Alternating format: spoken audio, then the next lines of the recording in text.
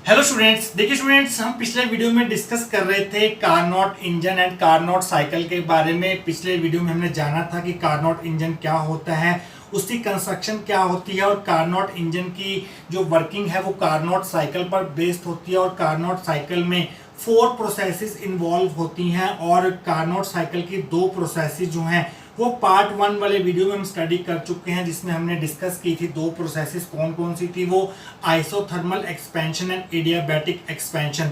और उन 2 प्रोसेसेस को हमने पीवी डायग्राम के ऊपर ड्रॉ भी कर लिया था। जो आइसोथर्मल एक्सपेंशन थी वो in the form of curve A B हमें यहाँ पर मिली थी, और जो एडियाबैटिक एक्सपेंशन थी वो बीसी कर्व की फॉर्म में हमें मिली थी। यहाँ तक हम पिछले वीडियो में कर चुके थे। पार्ट 1 का लिंक आपको नीचे डिस्क्रिप्शन बॉक्स में मिल जाएगा, वहां जाकर आप पार्ट 1 को स्टडी कर सकते हैं। आज हम स्टडी करेंगे कारनॉट साइकिल की बाकी बची हुई 2 प्रोसेसेस के बारे में, और साथ के साथ ड्राइव करेंगे expression for efficiency of Carnot engine.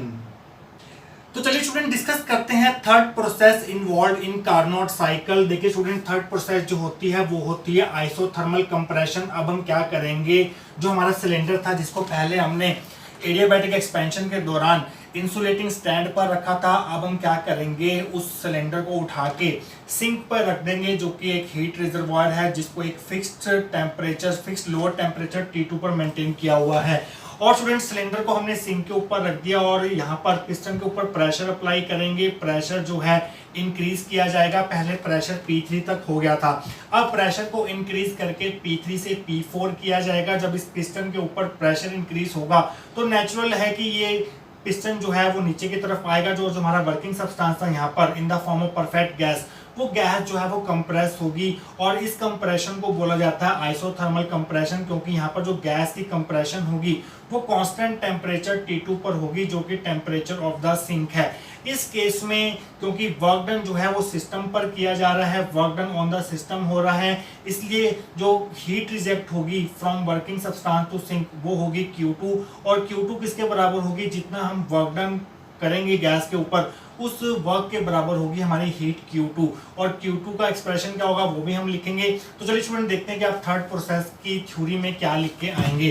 तो आप थर्ड प्रोसेस हेडिंग बनाएंगे isothermal compression, the cylinder is now placed on the sink. अब अपने सिलेंडर को इंसुलेटिंग स्टैंड से उठाकर सिंक के ऊपर रख देना है। The pressure is increase from P3 to P4। अब प्रेशर जो है वो इंक्रीज करना है, P3 से P4 कर देना है। P3 तक हम प्रेशर जो है वो बढ़ा चुके थे, अब आपने प्रेशर जो है इंक्रीज करना है, P3 से P4 करना है, और जिसके कारण वॉल्यूम जो है वो डिक्रीज होके V3 से V4 आ जाएगा, क्योंकि जब प्रेशर बढ़ता है तो वॉल्यूम जो है वो डिक्रीज होता है।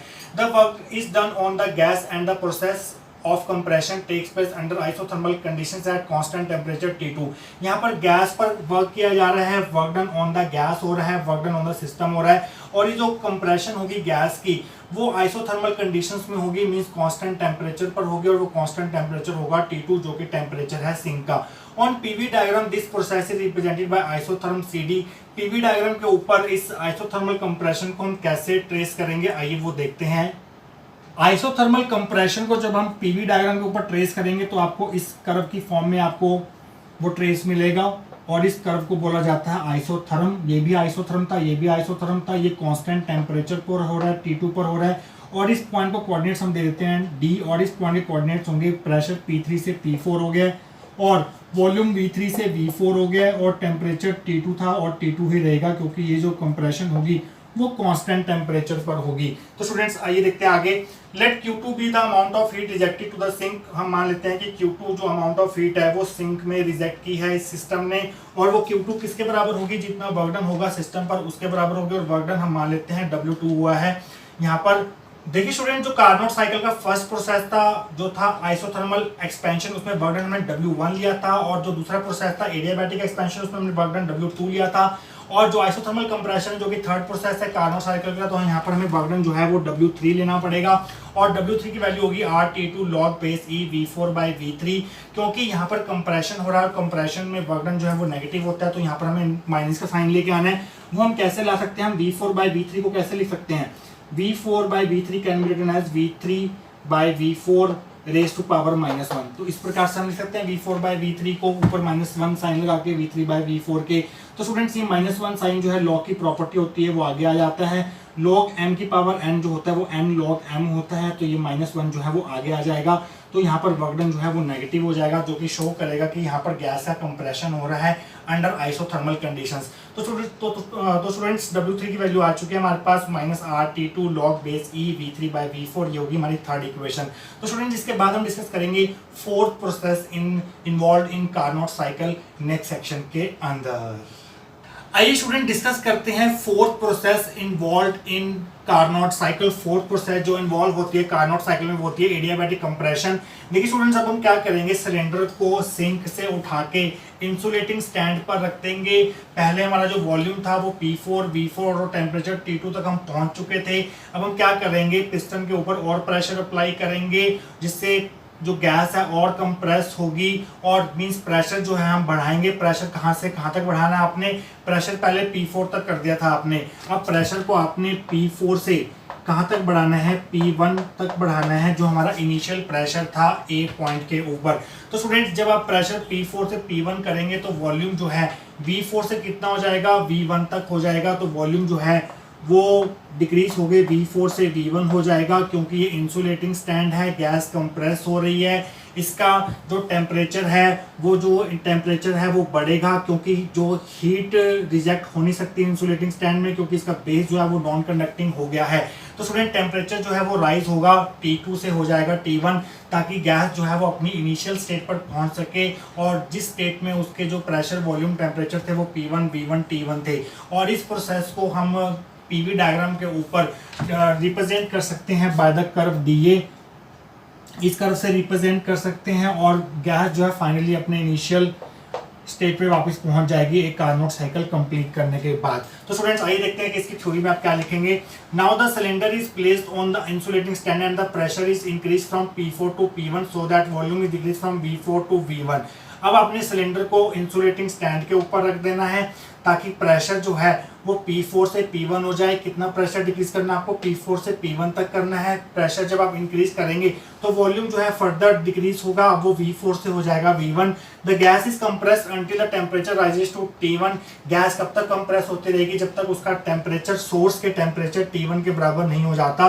And the gas will return back to its original values of pressure volume and temperature corresponding to point A on the PV diagram. और गैस जो है वापस अपनी स्टेट में आ जाएगी, जो कि ए पॉइंट के ऊपर थी, जिसमें प्रेशर वॉल्यूम और टेम्परेचर जो थे गैस के वो P1 V1 T1 थे पीवी डायग्राम के ऊपर। On PV diagram this process is represented by curve DA। PV diagram के ऊपर इस प्रोसेस को हम DA कर्व से रिप्रेजेंट कर सकते हैं। और इस प्रोसेस में जो काम किया है वो गैस ने किया है। Work done by gas W4 is equal to, इस केस में कितना वर्क डन होगा, और एडियाबैटिक कंप्रेशन में कितना वर्क डन होता है, वो होता है R मल्टीप्लाई इनिशियल टेम्परेचर जो कि है T2 माइनस फाइनल टेम्परेचर जो कि है T1 डिवाइडेड बाय गामा -1। और गामा मैंने आपको बताया था क्या है, Cp अपॉन Cv का रेशो है। Molar specific heat at constant pressure and molar specific heat at constant volume का वो रेशो होता है। अब क्योंकि वर्क डन यहाँ पर गैस के द्वारा किया गया है, तो यहाँ पर हमें क्या करना पड़ेगा, माइनस साइन लेके आना पड़ेगा। और माइनस साइन लाने के लिए हम T2 माइनस T1 को हम ऐसे लिख सकते हैं, T1 माइनस T2, और यहाँ पर माइनस का साइन लगा देंगे। तो यहाँ माइनस का वर्क डन दिखाना जरूरी है, जब भी कंप्रेशन की बात होगी तो माइनस साइन आपको जरूर लेके आना है। तो स्टूडेंट्स, ये होगी फोर्थ इक्वेशन। इसके बाद हम निकालेंगे नेट वर्क डन, जो कि चारों वर्क डन का सम होगा। जो चारों प्रोसेसेस में हमने W1 W2 W3 W4 के वैल्यूज निकाले उनका सम होगा। और साथ के साथ हम एफिशिएंसी भी फाइंड करेंगे कार्नोट इंजन की आने वाले सेक्शंस के अंदर। तो स्टूडेंट, चारों प्रोसेसेस का हमने वर्क डन निकाल लिया था। स्टूडेंट्स, आगे बढ़ने से पहले पिछले सेक्शन में छोटी सी मिस्टेक हो गई थी, जब हमने फोर्थ प्रोसेस का वर्क डन निकाला था, W4 की वैल्यू निकाली थी, वहां पर मैंने लिखा था work done by the gas. Actually वो work done on the gas था, क्योंकि जब हम प्रेशर बढ़ाते हैं तो वो work done on the gas माना जाता है। जब प्रेशर डिक्रीज किया जाता है, जब प्रेशर डिक्रीज होता है, तो वो work done by the gas माना जाता है। तो वहां पर बाय की जगह आप प्लीज ऑन कर लीजिएगा। तो स्टूडेंट्स, आगे बढ़ते हैं और निकालते हैं net amount of work done इस कंप्लीट साइकिल में A to B, B to C, C to D, D to A जाने में कितना net amount of work done करना पड़ा, ये वो निकालते हैं। The net amount of work done during complete cycle is W is equal to W1 plus W2 plus W3 plus W4। तो W1 की जो वैल्यू हमने निकाली थी इस पार्ट 1 वीडियो के अंदर वो थी RT1 log base E V2 by V1 plus W2 की वैल्यू भी हमने पार्ट 1 वीडियो के अंदर निकाली थी वो थी RT1 minus T2 gamma minus 1 second equation के अंदर। और W3 की वैल्यू आज पार्ट 2 वाले वीडियो में हमने क्या निकाली है minus RT2 log base E V3 by V4। और W4 की वैल्यू आज के पार्ट 2 वीडियो में हमने कितनी निकाली थी पिछले सेक्शन में minus RT1 minus T2 gamma minus 1। तो स्टूडेंट्स आप देख सकते हैं ये वैल्यू और ये वैल्यू जो है वो बिल्कुल सेम है और हमारे पास net amount of work done कितना आ जाएगा W is equal to RT1 log base E V2 by V1 minus RT2 log E V3 by V4। इसको मैं दे देता हूँ फिफ्थ इक्वेशन। तो स्टूडेंट्स अब हमें क्या करना है इसको दोनों V2 बाई V1 और V3 बाई V4 को इक्वल प्रूफ करना है। वो हम कैसे करेंगे आइए देखते हैं। B और C जो है वो एडियाबैटिक कर्व के ऊपर है, ये एडियाबैटिक कर्व थी और एडियाबैटिक कर्व के लिए ये फॉर्मूला होता है PV gamma is equal to constant. तो स्टूडेंट्स हमें देखना पड़ेगा B और C पॉइंट पर PV गामा की वैल्यूज क्या है, B पॉइंट पर प्रेशर कितना है P2 और V कितना है V2। तो हम लिखेंगे पहले लाइन लिखनी पड़ेगी as points B and C as points B and C lie on same adiabatic curve. So क्योंकि B and C point same adiabatic curve के ऊपर है तो B पर प्रेशर कितना है P2, B पर वॉल्यूम कितना है V2 उसकी पावर गामा क्योंकि P V की पावर गामा में लेनी होती है इज इक्वल टू C पर कितना प्रेशर है P3 और वॉल्यूम कितना है V3 और V3 की पावर हमें गामा लिखनी पड़ेगी। ये जो दोनों चीजें होंगी आपस में बराबर होंगी, दोनों प्रोडक्ट जो है आपस में बराबर होंगे। तो स्टूडेंट्स हमें पता है फॉर्मूला क्या होता है आइडियल गैस इक्वेशन का। गैस इक्वेशन के according PV is equal to nRT होता है क्योंकि हमने n जो है यहाँ पर 1 मोल ऑफ गैस लिया है तो n यहाँ पर नंबर ऑफ मोल्स होते हैं, हमने 1 लिया है। मोल गैस का स्टार्टिंग में पार्ट 1 के अंदर मैंने आपको बताया था कि यहाँ पर हम 1 मोल ऑफ गैस भर रहे हैं सिलेंडर के अंदर। तो यहाँ से अगर हम P की वैल्यू निकालें तो P की वैल्यू क्या आ जाएगी RT बाई V। तो स्टूडेंट्स B पॉइंट पर R कांस्टेंट है वो तो R ही रहेगा। T कितना है B पॉइंट पर T1 है और V कितना है B पॉइंट पर वो है V2। तो स्टूडेंट्स P2 की जगह हम पुट करेंगे R और जो हमारा टेम्परेचर है B पॉइंट पर वो कितना है T1 है तो हमने यहाँ पर T1 लिख दिया और नीचे V है और V कितना है B पॉइंट पर V2 है तो हमने P2 की जगह RT1 बाई V2 लिख दिया क्योंकि P2 की वैल्यू जब आप यहाँ पुट करेंगे यहाँ से निकालेंगे तो वो निकल के आएगी RT1 बाई V2 क्योंकि टेम्परेचर B पॉइंट वाला लेना है और वॉल्यूम भी B पॉइंट वाला लेना है। इसी प्रकार से जो P3 की वैल्यू निकल के आएगी यहाँ से इस फॉर्मूले से R तो कांस्टेंट है वो तो वही रहेगा और C पॉइंट पर जो T की वैल्यू है वो कितनी है वो है T2 तो हमने यहाँ T2 लिख दिया और वॉल्यूम कितना है V3 तो हमने यहाँ पर वॉल्यूम V3 लिख दिया। तो स्टूडेंट्स R से R हम काट सकते हैं और जो V2 की पावर नीचे 1 है यहाँ पर उसको हम -1 लिख सकते हैं। तो नेक्स्ट सेक्शन में आपका नेक्स्ट स्टेप आपका क्या बनेगा T1 V1 की पावर V2 की पावर यहाँ पर V2 की पावर 1 है ऊपर गामा है तो ऊपर जाकर वो -1 हो जाएगी इज इक्वल टू T2 और साथ में V3 की पावर गामा -1 हो जाएगा। और इस प्रकार से आप यहाँ से एक रेशो निकाल सकते हैं। ये रेशो मैं आपको नेक्स्ट सेक्शन में निकाल के दिखाऊंगा, इसको मैं मान लेता हूँ 6th इक्वेशन। तो स्टूडेंट 6th इक्वेशन के आगे की डेरिवेशन हम करेंगे आने वाले सेक्शंस के अंदर। तो स्टूडेंट्स बढ़ते हैं आगे। लास्ट सेक्शन में हमने net amount of work done निकाल लिया था, W की वैल्यू निकाली थी जो कि ये निकल के आई थी, ये 5th इक्वेशन थी। और 6th इक्वेशन में मैंने आपको यहाँ तक रोक दिया था T1 V2 gamma -1 equal to T2 V3 gamma -1 ये 6th इक्वेशन थी। तो स्टूडेंट्स यहाँ से हमें T2 बाई T1 का रेशो निकालना है तो T1 को हम नीचे भेज देते हैं तो T2 by T1 is equal to V2 gamma -1 V3 gamma -1 नीचे आ जाएगा तो T2 बाई T1 की वैल्यू आ गई V2 गामा -1 V3 गामा -1 ये 7th इक्वेशन है। तो स्टूडेंट्स B और C पॉइंट्स लेके और T2 बाई T1 का रेशो ये आ गया और B और C point same adiabatic curve के ऊपर थे। इसी प्रकार से जो A और D पॉइंट्स हैं वो सेम एडियाबैटिक कर्व पे हैं और A पॉइंट जो है वो T1 टेम्परेचर पे है जैसे B जो है वो T1 टेम्परेचर पर था और D जो है वो T2 टेम्परेचर पे है जैसे C जो है वो T2 टेम्परेचर पर था। जैसे हमने पीछे प्रोसीड किया, जैसे हमने 6th इक्वेशन निकाली, 7th इक्वेशन निकाली और 7th इक्वेशन में T2 बाई T1 का रेशो फाइंड किया B और C पॉइंट कंसिडर करके, उसी तरह से A और D पॉइंट कंसिडर करके हम T2 बाई T1 का जो रेशो है वो निकाल सकते हैं। वो क्या निकल के आएगा आइए मैं आपको बताता हूँ कैसे याद रखना है आपको। देखिए स्टूडेंट्स यहाँ पर T2 था C पॉइंट पर और B पॉइंट पर T1 था तो यहाँ पर V2 आ रहा था और यहाँ पर V3 आ रहा था। मीन्स अगर T2 है T2 है तो उसके कॉरस्पॉन्डिंग वॉल्यूम जो V3 है वो नीचे आ रहा है, रेसिप्रोकल में आ रहा है। इसी प्रकार से अगर T2 है तो V4 जो है यहाँ पर से कॉरस्पॉन्डिंग वॉल्यूम वो नीचे आएगा, V4 गामा माइनस 1, और T1 का जो कॉरस्पॉन्डिंग वॉल्यूम है V1 वो ऊपर आएगा यहाँ पर V1 gamma minus 1। I hope आपने को समझ आ गया होगा। अगर T2 है ऊपर तो T2 के कॉरस्पॉन्डिंग वॉल्यूम इसके नीचे आएगा, परली साइड क्रॉस मल्टीप्लाई में आएगा नीचे यहाँ पर, और T1 का कॉरस्पॉन्डिंग वॉल्यूम यहाँ पर आएगा जैसे यहाँ पर आया। नहीं तो आप सारी डेरिवेशन जो है वैसे कर सकते हैं, जैसे हमने 6th और 7th इक्वेशन फॉर्म की है वैसे आप कर सकते हैं, नहीं तो आप डायरेक्टली भी लिख सकते हैं। तो स्टूडेंट्स 7th और 8th इक्वेशन को कंपेयर करके, कंपेयरिंग 7 एंड 8 वी गेट, जब आप इन दोनों कंपेयर करोगे तो आपको मिलेगा V2 gamma minus 1 V3 gamma minus 1 is equal to V1 gamma minus 1 upon V4 gamma minus 1। तो स्टूडेंट्स सबकी पावर सेम है तो पावर जो है वो कट जाएंगी, तो हमारे पास आ जाएगा V2 by V3 is equal to V1 by V4 is equal to, हमें किसका रेशो निकालना है, हमें निकालना है V3 बाई V4 का रेशो, या फिर आप कह सकते हो V2 बाई V1 का रेशो निकालना है। तो हम क्या करते हैं, V1 को नीचे ले आते हैं, V3 को यहाँ पर ले आते हैं, क्रॉस मल्टीप्लाई करके V2 बाई V1 आ जाएगा, V3 बाई V4 ये हमारी 9th इक्वेशन होगी। तो स्टूडेंट्स हम क्या करेंगे, इस V3 बाई V4 की जगह हम पुट करेंगे V2 बाई V1। तो स्टूडेंट्स लाइन लिखते हैं, using 9 in 5 we get W is equal to RT1 log V2 by V1 minus RT2 log, साथ में V3 बाई V4 की जगह हम पुट कर देंगे V2 बाई V1। यहाँ पर log के बेस में E लगा देना, यहाँ भी log के बेस में E लगा देना अगर मैं यहाँ लगाना भूल गया हूँ तो। स्टूडेंट्स नेक्स्ट स्टेप में अब क्या करेंगे, W इज इक्वल टू यहाँ से कॉमन लेंगे, R कॉमन आ रहा है, log V2 by V1 common आ रहा है, तो यहाँ पर आपका बचेगा W is equal to R, अंदर आ जाएगा T1 माइनस T2 और साथ में बचेगा log V2 बाई V1, ये हमारी 10th इक्वेशन होगी। तो स्टूडेंट्स वर्क डन हमने निकाल लिया है in form of V2 by V1। तो स्टूडेंट्स नेक्स्ट स्टेप पे हम फाइंड करेंगे एफिशिएंसी का formula by applying basic formula of efficiency of any engine. तो स्टूडेंट्स लास्ट सेक्शन में हम 10th इक्वेशन निकाल चुके थे जो कि निकल के आई थी W is equal to R T1 minus T2 log base E V2 by V1, ये 10th इक्वेशन थी। आइए फाइंड करते हैं एफिशिएंसी ऑफ कार्नोट इंजन का फॉर्मूला। किसी भी हीट इंजन की जो एफिशिएंसी का फॉर्मूला होता है वो होता है net amount of work done in one complete cycle. एक साइकिल में इसने कितना वर्क डन किया नेट अमाउंट में, और कितनी heat taken from the source Q1 और कितनी हीट इसने सोर्स से ली थी। W बाई Q1 होता है किसी भी हीट इंजन का बेसिक फॉर्मूला एफिशिएंसी का।